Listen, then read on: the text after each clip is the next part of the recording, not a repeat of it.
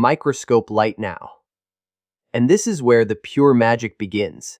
I slowly move the lighting from different angles, and suddenly the diamond comes alive in the most incredible way. This is the incredible dispersion of the diamond.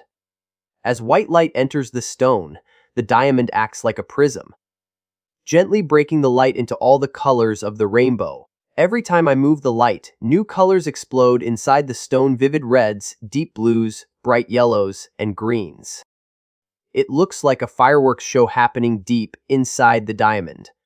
At moments you can even see a perfect little rainbow forming and dancing within the stone.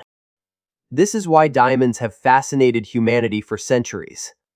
Not just because they are the hardest gem on Earth, but because they can capture light and turn it into something that looks like pure magic. A tiny universe of color trapped inside a single crystal.